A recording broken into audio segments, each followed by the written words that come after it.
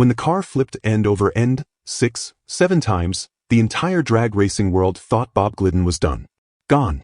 But he crawled out of the twisted wreckage, shaken but alive, and the very first thing he did? He ripped off his fire jacket and threw it over the intake manifold, shielding his most guarded secret from every camera in sight. This wasn't just instinct. This was Bob Glidden protecting technology so advanced, so forbidden, that even after a near-fatal crash, he refused to let the competition, or the NHRA, get a single glimpse. The Ford secrets NHRA never uncovered, Bob Glidden's forbidden mods that changed drag racing forever. Today, we're ripping the hood off the secrets NHRA could never uncover, the forbidden mods that dominated pro stock for years, and the legacy that still haunts drag racing to this day. Buckle up. This story is about to get wild. Bob Glidden, the man and the mystery. Bob Glidden wasn't born with a silver spoon or a factory-backed empire. He was born August 18, 1944, in a small town in Indiana, the kind of place where drag racing dreams usually stay just that, dreams. But Bob turned them into something else entirely. By the time he retired, he had carved out one of the most unbreakable records in NHRA history, 85 national event wins and 10 Pro Stock World Championships. No one else has come close to that kind of sustained domination in the most competitive, most technically brutal class drag racing has ever known. What made Glidden different wasn't just talent behind the wheel. It was the way he approached the entire game. He didn't race for Ford Motor Company. He didn't race for a giant sponsor with unlimited checkbooks. He raced for his family. His wife Etta handled the books, the scheduling, the endless phone calls. His sons helped turn wrenches and fabricate parts. The Glidden garage in Whiteland, Indiana, became a fortress of innovation where almost nothing left on paper trails. He once said it plainly, most of the development was with cylinder heads and intakes. That was a never-ending deal. That single sentence tells you everything. While other teams chased cubic inches or exotic materials, Bob and his family obsessed over airflow, port shapes, valve angles, runner lengths, things you couldn't buy off the shelf and things you definitely couldn't copy by looking at someone else's car from 20 feet away. They worked in secrecy that bordered on paranoia, and for good reason. In pro stock during the 70s, 80s, and early 90s, the difference between winning and going home early was often measured in thousandths of a second and fractions of a horsepower per cubic inch. One leaked idea, one photograph of the wrong angle under the hood, and months, sometimes years, of advantage could vanish overnight. Bob Glidden didn't trust anyone outside the immediate family with the real details. Not crew chiefs from other teams. Not engineers moonlighting from Detroit. Not even the people who painted his cars or lettered his trailer. If you weren't blood, you didn't get the full picture. That mindset produced results that still look unreal on paper. From 1973, when he won his first pro stock title, through the brutal wars of the mid-80s, Glidden didn't just win races. He redefined what winning looked like. He made consistency terrifying. He made preparation look like witchcraft. But behind every trophy, every smoking burnout, every record pass down the quarter mile, there was something else growing, a reputation. Not just as the winningest driver, but as the guy who always seemed to have something nobody else could touch. Something hidden. Something Ford. Something the rulebook never quite caught up to. People started whispering. The other teams started complaining. And the NHRA started watching closer. Because when one man wins that much for that long, with a blue oval on the nose instead of a bow tie or a Mopar wing, questions turn into accusations. And accusations turn into rule changes. Bob Glidden knew it. He felt it every time he rolled through the pits and saw heads turn.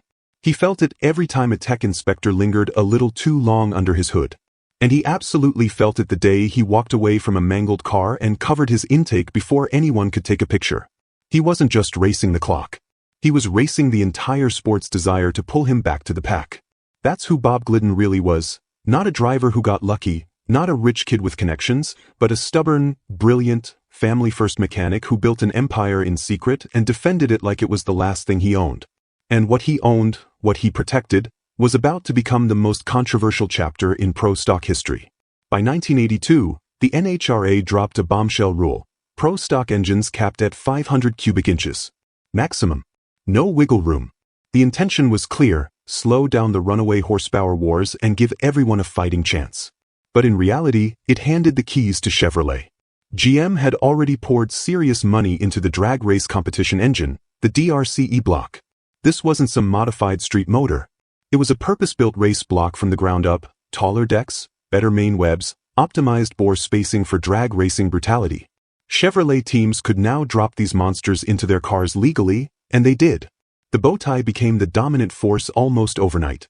For teams, they were suddenly scrambling with production-based architectures that couldn't match the new GM firepower on paper. Everyone expected the era of Ford Pro Stock domination to end quietly. Bob Glidden had other plans. Instead of chasing a new block or begging for rule mercy, he did the unthinkable. He brought back the Boss 429. Yes, that Boss 429, the same semi-Hemi big block Ford crammed into 1969 to 1970 Mustang Boss 429s to homologate it for NASCAR. By the early 80s, it was museum material. Ford had long since moved on. Most racers had written it off as too heavy, too old school, too compromised. Glidden saw the opposite. He saw bones worth rebuilding. He and his family didn't just refresh an old casting. They tore it apart and rebuilt it better than Ford ever dreamed. They cast new blocks with improved metallurgy. They designed custom cranks, rods, pistons. They reworked every tolerance. But the real magic, the part that turned heads and sparked paranoia, happened in the cylinder heads and intake. Glidden later summed it up in his no-nonsense way. Most of the development was with cylinder heads and intakes. That was a never-ending deal. He meant it. Years were spent on flow benches, dynos, track testing, then back to the bench. They chased port shapes, valve angles, combustion chamber volumes, runner lengths, every variable that could squeeze more air and fuel through without breaking rules. The heads flowed numbers that made seasoned engine builders do double takes. The intake manifolds, tall, intricate, almost sculptural, were kept so secret that even close-up photos from the pits were rare. This wasn't about brute displacement anymore. It was about efficiency, velocity, mixture motion, turning a heavy, wide Ford block into something that could accelerate like a small block Chevy while carrying more cubes. The result was a package that, on the dyno and on the track, simply outran what the rulebook said was possible. And then came the domination. Starting in 1985, Bob Glidden unleashed 5 straight NHRA Pro Stock World Championships: 1985, 1986, 1987, 1988, 1989. 5 in a row. In Pro Stock, where a single bad tune-up or one bad run could cost you a season, Glidden won titles half a decade straight with what many called an obsolete engine. Airflow superiority. Pure and simple. His Boss 429 package made more power per cubic inch than the competition expected from a production-based motor. Rivals spent fortunes on exotic GM blocks, yet Glidden's family-built Ford kept smoking them at the stripe. Every win felt like a statement. Brains beat budgets.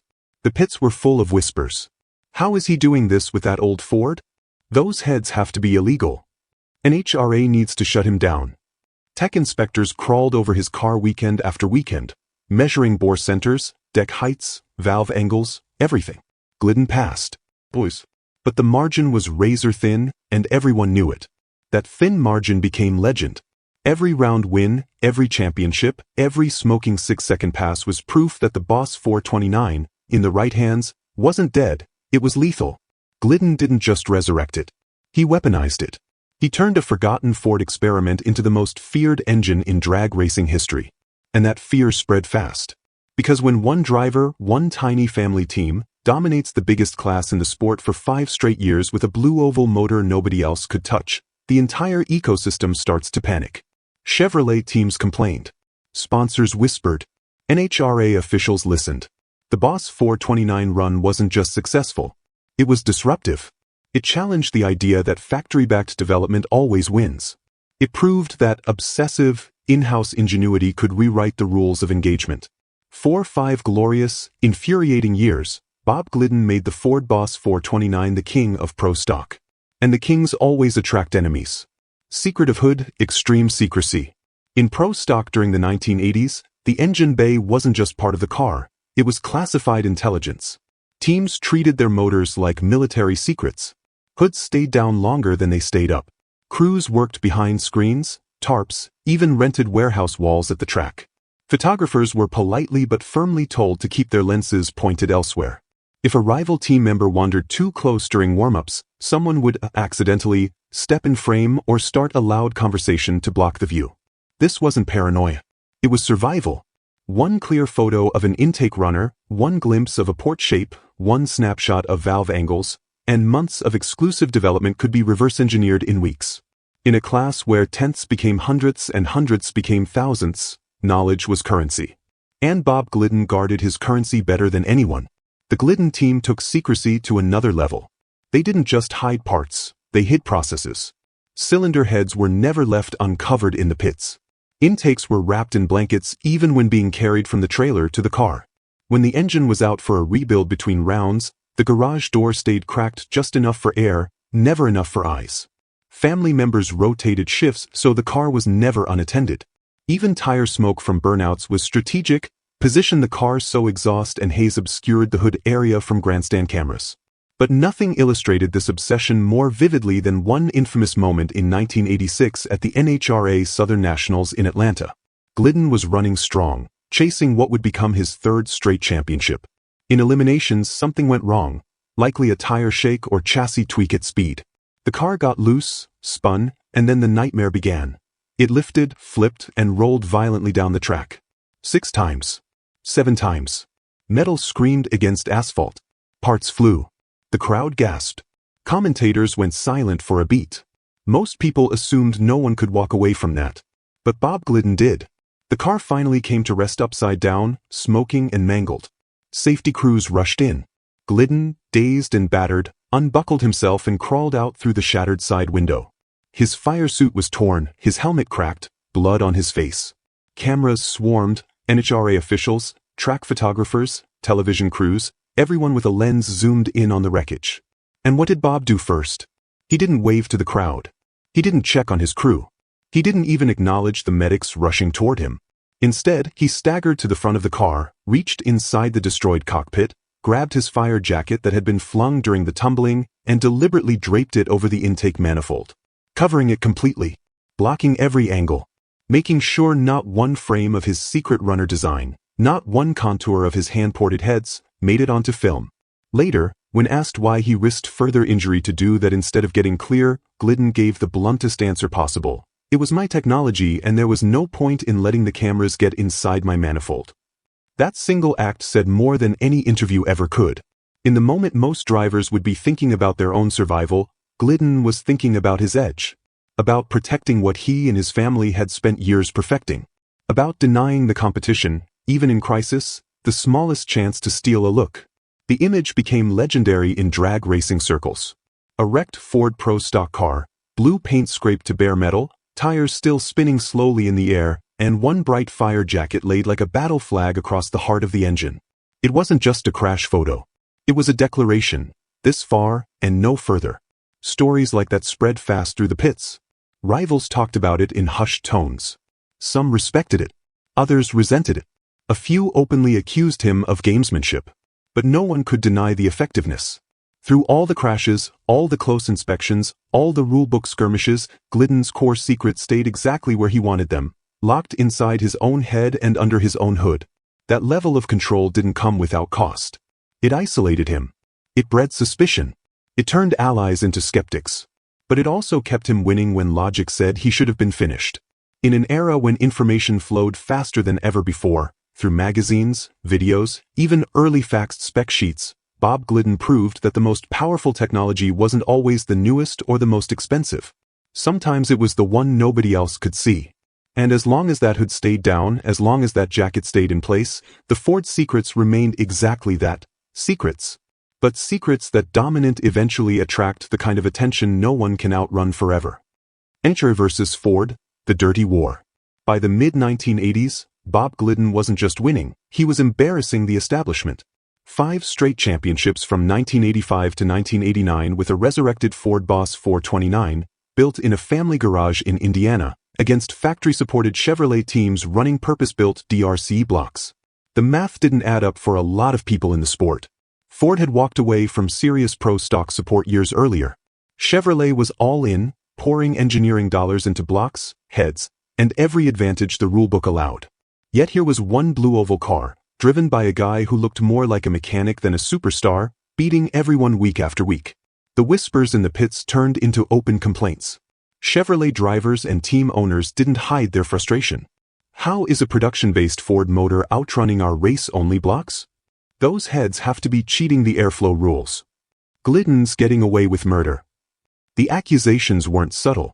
They were loud, repeated in press interviews, and delivered straight to NHRA officials' ears.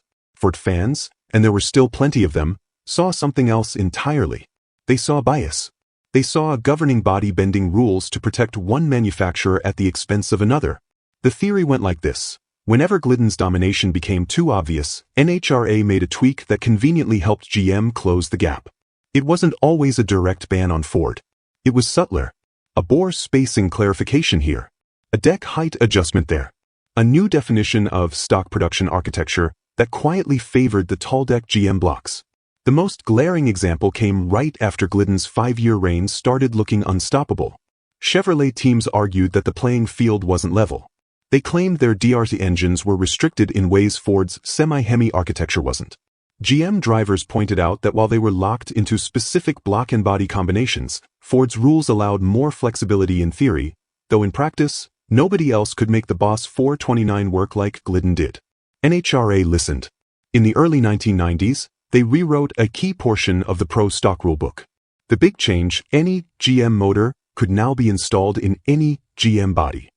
No more mandatory matching of specific engine families to specific chassis. Chevrolet teams could mix and match blocks, heads, and bodies with far greater freedom. The stated goal was parity. The real-world effect? It gave GM an enormous advantage in experimentation and parts interchangeability, exactly what Glidden's family team had done organically with Ford parts for years, but without corporate backing. Ford racers cried foul. They changed the rules because Glidden was winning too much, became the common refrain among Blue Oval loyalists. NHRA didn't want one guy dominating with a Ford. They wanted the bow tie back on top. Glidden himself never publicly accused anyone of conspiracy, he was too pragmatic for that, but he didn't deny the pattern either. He simply kept building, kept testing, kept winning until the rule changes stacked the deck higher against him. The timing was telling. Glidden's 5-title streak ended in 1989. By the early 90s, as the new GM-friendly rules took full effect, Chevrolet teams surged. The DRC combinations multiplied. Power outputs climbed. Ford entries dwindled. The message felt clear: sustained domination by a non-GM package would not be tolerated long-term. If one team got too far ahead, especially with the wrong brand, the rulebook would be adjusted until balance returned. This wasn't unique to Glidden. Drag racing's history is full of rule changes that followed runaway success. But the Ford versus GM dynamic added a layer of manufacturer politics that fans still argue about today. Was it truly about safety, parity, and cost control? Or was it pressure from the biggest sponsor in the sport to keep the most popular brand winning? Whatever the motive, the outcome was the same. Glidden's era of unchallenged Ford superiority was deliberately shortened. The NHRA didn't ban the Boss 429 outright. They didn't have to. They just made the environment so hostile that continuing at the same level became nearly impossible without massive resources Glidden never had. In the end, the dirty war wasn't fought with sabotage or espionage. It was fought with ink and signatures on rule sheets. Every time Glidden pulled ahead, the target moved. Every time he adapted, the goalpost shifted again. Yet even as the rules tilted against him, Bob Glidden never backed down. He didn't switch to Chevrolet. He didn't beg for factory help. He just kept racing his way, quietly, stubbornly, brilliantly, until the very system he helped elevate decided enough was enough. That's when the real legend was born. Not just a driver who won 10 championships. A driver who forced the entire sport to change its rules to stop him. And in drag racing, there are few higher compliments than that. The banned technology. The Boss 429 was never officially banned. Not once did the NHRA issue a rule that said, no Boss 429 allowed. But make no mistake, the engine lived on the edge of legality for years, dancing right up against the red line of what the rulebook permitted, and sometimes stepping over it in ways only Bob Glidden could get away with. The core issue was cylinder spacing. NHRA Pro Stock rules have long required engines to maintain specific bore centerlines, measurements between cylinder bores that define how stock-like the block architecture really is. The idea is simple. If you're racing in a stock class, your engine should resemble something that could have come from a production line, not a full-on race-only exotic. The original Ford 429 production block had bore centers spaced at 4.900 inches. That was fine for street cars, NASCAR homologation, and early drag use. But when NHRA tightened the Pro Stock rules in the 1980s to emphasize production architecture, they set stricter guidelines around bore centerline spacing, deck height, and other dimensions to prevent teams from using heavily modified or purpose-built race blocks disguised as stock. Here's where the controversy ignited. The Boss 429 block, especially the versions Glidden developed, did not perfectly align with the narrowest interpretations of those bore center rules. Technically, it was close enough that NHRA never outright disqualified it during Glidden's championship run. Inspectors measured, debated, argued in tech sheds, but the engine kept passing. Glidden's team knew exactly where the tolerances sat. They built within them. Barely. Rivals called it a loophole. Ford loyalists called it smart engineering. Everyone agreed on one thing: no other team could make the Boss 429 work at that level. Chevrolet's DRC block was designed from scratch to fit the rules perfectly: taller decks, optimized spacing, everything optimized for drag racing physics. Ford racers had to start with a semi-hemi big block designed for NASCAR ovals in the late 60s. Glidden turned that disadvantage into supremacy through relentless head and intake work, but the block itself remained the weak link in the rulebook eyes. The real flashpoint came later, after Glidden's 5-title streak, when another racer tried to push the Boss 429 even further. Pat Austin, a respected Ford Pro Stock competitor, acquired one of the rare Glidden-style Boss 429 blocks and began developing it aggressively in the early 1990s. Austin believed he could take the architecture to new heights: better flowing heads, higher compression, more aggressive cam timing, while still staying within the letter of the rules. He was gaining ground fast. Ford fans got excited. Maybe the blue oval could mount another serious challenge. Then came the letter. In late March, right in the middle of the off-season crunch, NHRA sent out a technical bulletin. It wasn't a full rule rewrite, but it was surgical. The bulletin clarified and tightened the bore centerline measurement protocol. It redefined acceptable tolerances in ways that suddenly made the Boss 429's spacing fall outside the acceptable window. No grandfather clause. No transition period. The engine that had powered 5 straight championships was, effectively, no longer legal for new builds or major modifications.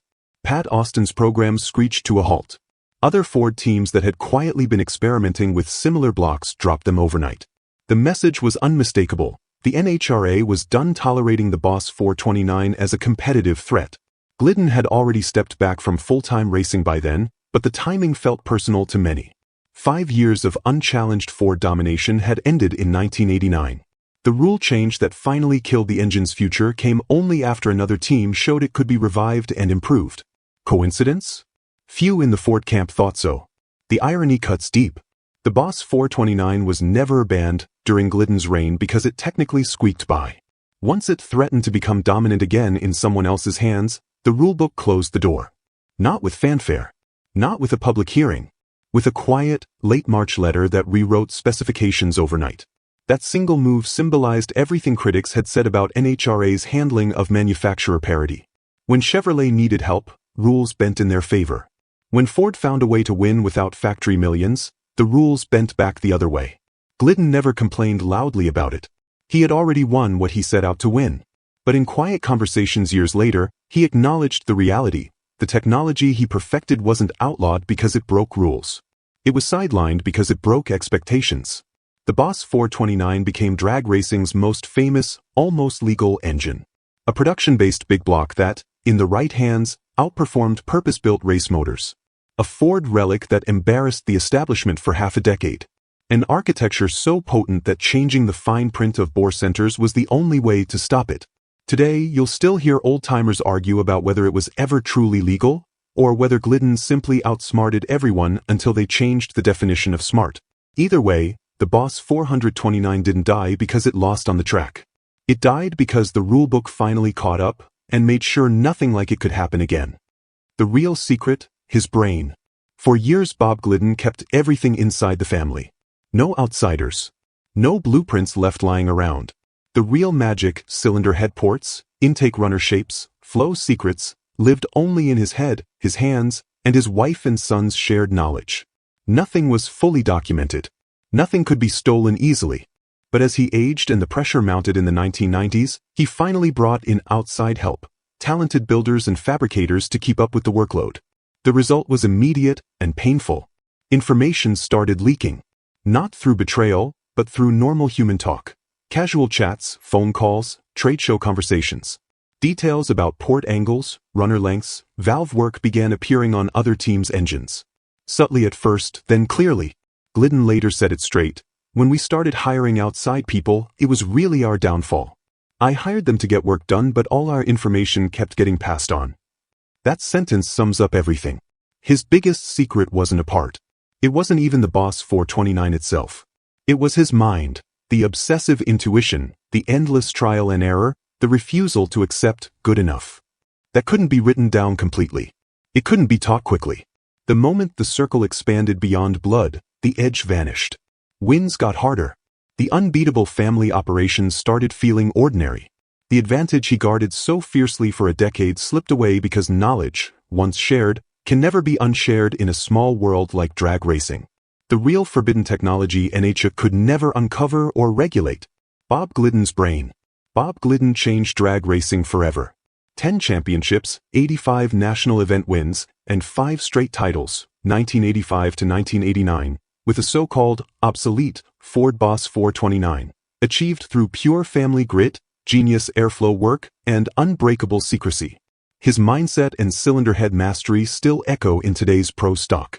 NHRA tried to stop him with rule changes, but the legend only grew stronger. NHRA never uncovered his secrets, but today we did. If you believe Ford deserves to return to pro stock glory, drop in the comments. Ford forever.